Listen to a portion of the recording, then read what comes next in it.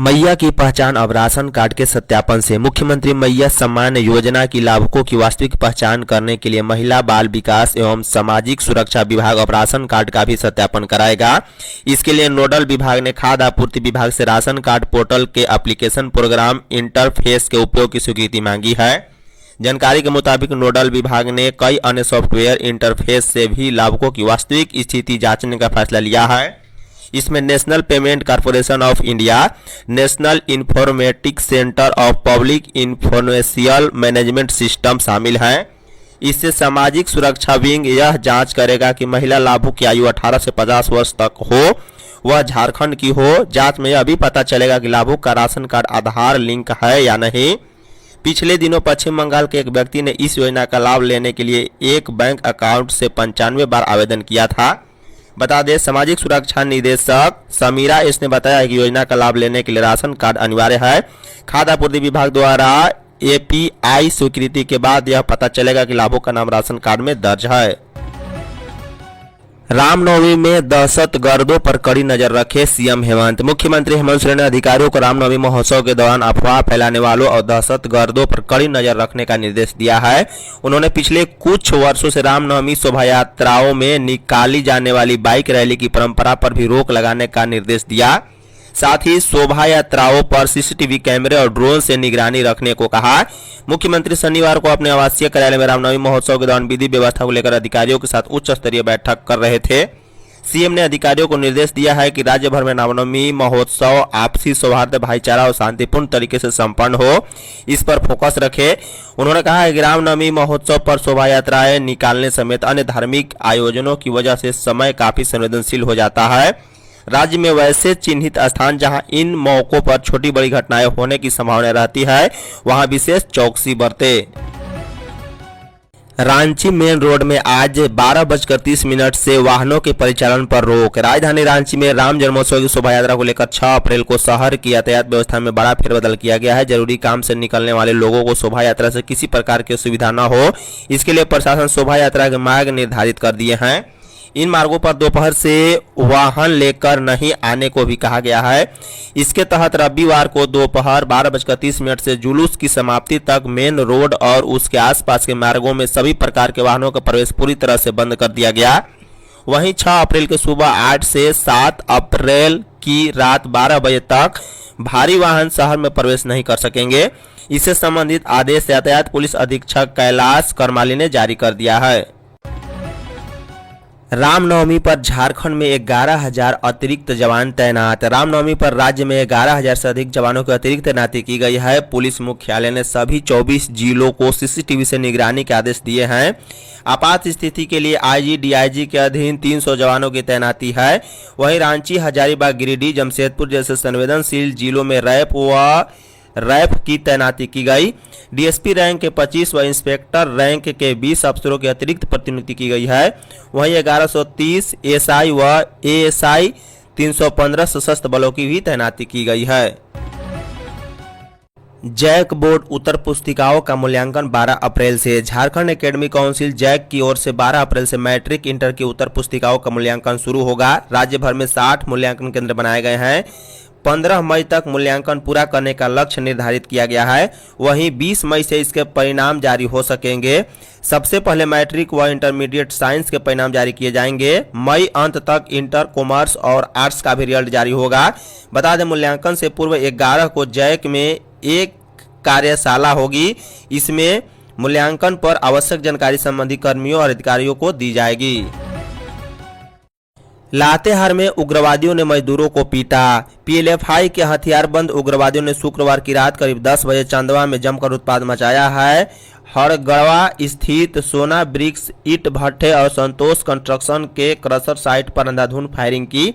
मजदूरों के साथ मारपीट करते हुए लूटपाट की गई है। ईट भट्टा के एक मजदूर लोहरदगा निवासी अलीम अंसारी को गोली मारकर गंभीर रूप से घायल कर दिया गया।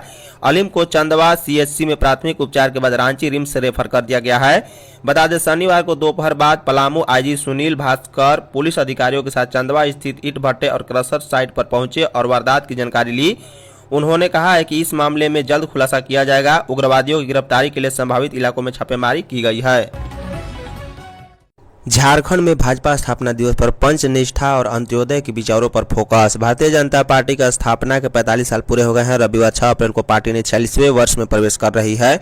पार्टी का स्थापना दिवस पर भाजपा के कार्यकारी प्रदेश अध्यक्ष डॉक्टर रविंद्र कुमार राय ने कहा है कि पंचनिष्ठा और अंत्योदय के विचारों को जन जन तक पहुंचाएं। उन्होंने कहा है कि भाजपा कार्यकर्ता रामनवमी और भाजपा स्थापना दिवस एक साथ मनाएंगे।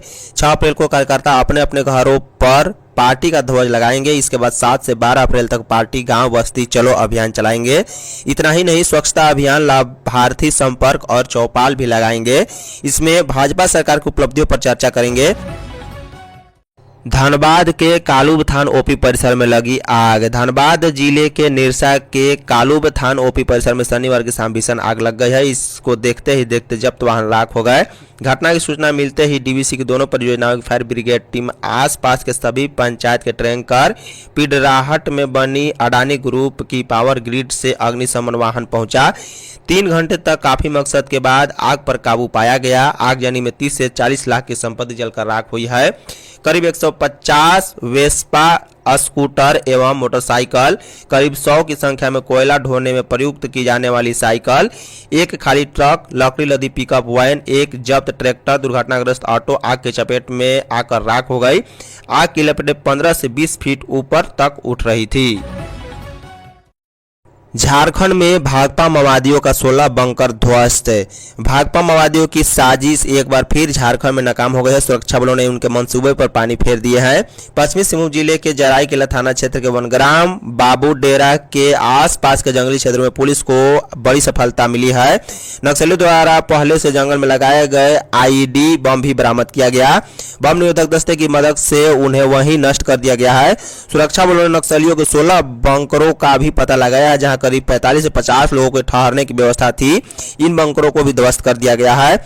बता दें, प्रतिबंधित नक्सली संगठन भाकपा माओवादी के शीर्ष नेता मिसिर बेसरा, अनमोल, मच्छू, अनल, असीम मंडल, अजय महतो, सांगेन अंगरिया, आसमिनी, पिट्टू लोहरा, चंदन लोहरा, अमित हांसदा उर्फ अपटन, जयकांत रापा मुंडा अपने दस्ते के साथ सरांडा कोल्हान क्षेत्र के विध्वंसक गतिविधियों के लिए भ्रमणशील में हैं। बोकारो लाठीचार्ज में मृत युवक के परिजन को 50 लाख और नौकरी। बोकारो स्टील प्लांट में अप्रेंटिस का प्रशिक्षण लेने वाले विस्थापित युवाओं के आंदोलन में जान गंवाने वाले प्रेम महतो 32 वर्षीय के परिजनों को शनिवार को 50 लाख रुपए का चेक दिया गया। साथ ही अस्थायी नियोजन का नियुक्ति पत्र भी दिया। वहीं इस अवसर पर धनबाद के सांसद और भारतीय जनता पार्टी के नेता ढोलू महतो ने कहा कि बोकारो स्टील की लापरवाही से विस्थापित युवक की जान गई है। दोषी लोगों के खिलाफ प्राथमिकी दर्ज कर जल्द से जल्द उनकी गिरफ्तारी हो। ढोलू महतो ने कहा है कि हर महीने 50 अप्रेंटिस को नौकरी दी जाएगी। उन्होंने यह भी कहा है कि बोकारो में किसी को भी बाहरी भीतरी की राजनीति और गुंडागर्दी नहीं करने दिया जाएगा। इससे पहले धनबाद के सांसद ने बोकारो के उपायुक्त के साथ बैठक की और उनके बाद मृतक के परिजनों को 50 लाख रुपए का चेक और अस्थायी नियुक्ति पत्र दिया गया है। गढ़वा में स्कूल छुट्टी के बाद छात्र से पैर दबवा रहे थे गुरुजी। गढ़वा जिले के भवनाथपुर प्रखंड के एक स्कूल के शिक्षकों पर प्रशासन ने एक्शन लिया है। उपायुक्त ने कहा है कि दोषी शिक्षक को कार्यमुक्त किया जाएगा। एक शिक्षक को निलंबित भी कर दिया गया है और दूसरे शिक्षक के खिलाफ विभागीय कार्रवाई शुरू कर दी गई है। गढ़वा के उपायुक्त शेखर जमुआर ने कहा है कि भवनाथपुर प्रखंड के उत्तरमुखी मध्य विद्यालय बेल पहाड़ी के दोषी शिक्षक धैर्येंद्र पाल सिंह को कार्यमुक्त किया जाएगा। इससे पहले बमन सिंह निलंबित हो चुके हैं। एक लाल अंसारी पर भी विभागीय कार्रवाई शुरू हो गई है। आरोप है कि उत्क्रमित मध्य विद्यालय बेल पहाड़ी के शिक्षक बमन सिंह और धीरेन्द्र पाल ने कक्षा 2 के छात्र से छुट्टी के बाद 2:30 बजे सिर और पैर दबवा रहा था। राज्य सरकार पर धान खरीद का 280 करोड़ रुपए बकाया। झारखंड में खरीफ विपणन मौसम 2024-25 में किसानों से धान की खरीद जारी है। पिछले 3.5 माह में 50,457 किसानों से 32.06 लाख क्विंटल धान की खरीदारी की गई। धान खरीद के एवज में सरकार की किसानों पर 769.52 करोड़ की देनदारी बनती है, लेकिन अब तक किसानों के बीच 489.02 करोड़ का ही भुगतान हो पाया है। ऐसे में किसानों का सरकार के पास अब भी 280.50 करोड़ रुपए बकाया है। पहली किस्त के रूप में 45,136 किसानों के बीच 320.60 करोड़ रुपए व दूसरी किस्त के रूप में 21,569 किसानों के बीच 156.14 करोड़ रुपए का भुगतान किया गया। वहीं 19,763 किसानों को दूसरी किस्त के साथ साथ बोनस की भी भुगतान की गई है।